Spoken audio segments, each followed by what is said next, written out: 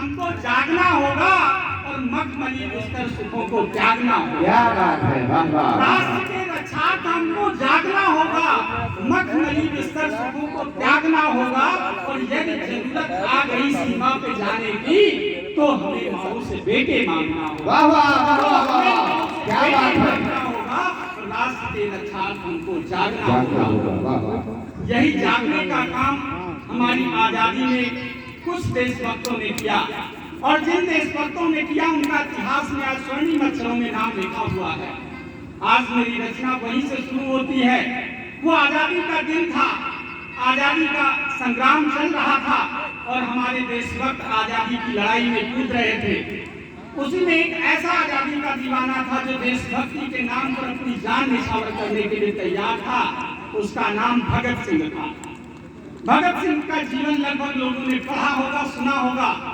उनके ऊपर मैंने जो कविता लिखी है आपके बीच में रखता हूँ, आपका आशीर्वाद चाहूंगा। स्वागत है। भगत सिंह ने किस तरह से, वो समय था 1931 का जब भगत सिंह को फांसी दी गई थी। 1921 23 मार्च का दिन था जबकि उनको अगले दिन फांसी दी जानी थी, लेकिन अंग्रेजों ने अपनी नीति से उसको बदलाव करते हुए और 23 मार्च को उनको फांसी पर चढ़ा दिया गया। तो उस भगत सिंह का जीवन क्या था, उस जीवन को आपके बीच में रखता हूँ, आपका आशीर्वाद चाहूंगा। स्वागत है।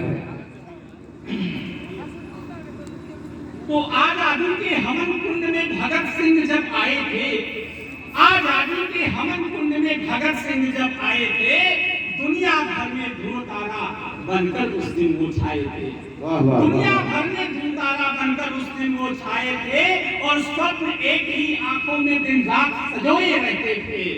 स्वप्न एक ही आंखों में दिन रात सजोए रहते थे और कैसे वो आजाद वतन चिंता में खोए रहते थे। कैसे वो आजाद वतन चिंता में खोए रहते थे और अपनी माँ से ज्यादा उनको मातृभूमि प्यारी थी। अपनी माँ से ज्यादा उनको मातृभूमि प्यारी थी और बचपन से ही भगत सिंह को इस मिट्टी से यारी थी। बचपन से ही भगत सिंह को इस मिट्टी से यारी थी। इसलिए भगत सिंह ने अपना जीवन निछावर कर दिया भारत की आजादी के लिए। तो मैंने लिखा 4 पंक्तियां कि त्याग और बलिदान मांगती है माटी, त्याग और बलिदान मांगती है माटी, अपना जीवन दान मांगती है माटी। और संकट के बादल मंडराए हैं इस पर, संकट के बादल मंडराए हैं इस पर, अपना जीवन दान मांगती है माटी, त्याग और बलिदान मांगती है माटी। भगत सिंह ने क्या किया कि जनमानस की पीड़ाओं से अंतर मन बस रोता था, जनमानस की पीड़ाओं से अंतर मन बस रोता था और मन इतना उत्प्रेरित था कि बंदूकें वो बोता था।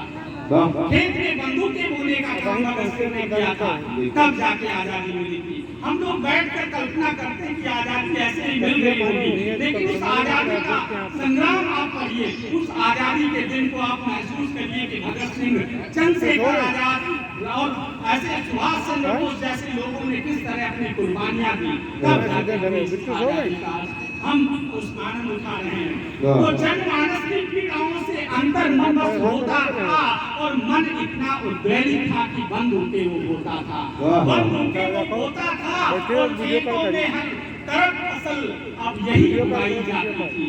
जब आजादी का दौर था तो आजादी के लिए गेहूं धान से काम नहीं चलने वाला था। उस समय आजादी के लिए हमें हथियार उठाने पड़े।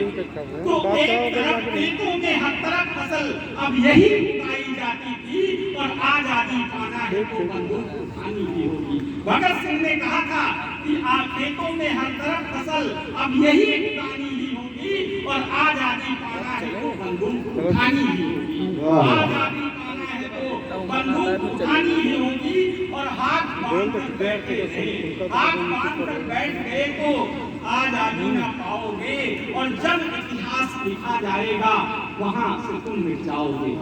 जब इतिहास लिखा जाएगा वहां से तुम मिट जाओगे। यही सोचकर पहन बसंती चोला घर से चला गया। भगत सिंह ने क्या किया था, घर छोड़ दिया आजादी के लिए। तो यही सोचकर पहन बसंती चोला घर से चला गया और भगत सिंह इस महायुद्ध में अपनों से ही चला गया। भगत सिंह इस महायुद्ध में अपनों से ही चला गया। भगत सिंह की जब फांसी हुई तो भगत सिंह की उस फांसी में हमारे देश के लोग चुप रह गए। इस कारण से भगत सिंह की फांसी हुई। इतिहास उठाइए, उसको पढ़िए तो ये पता चलता है।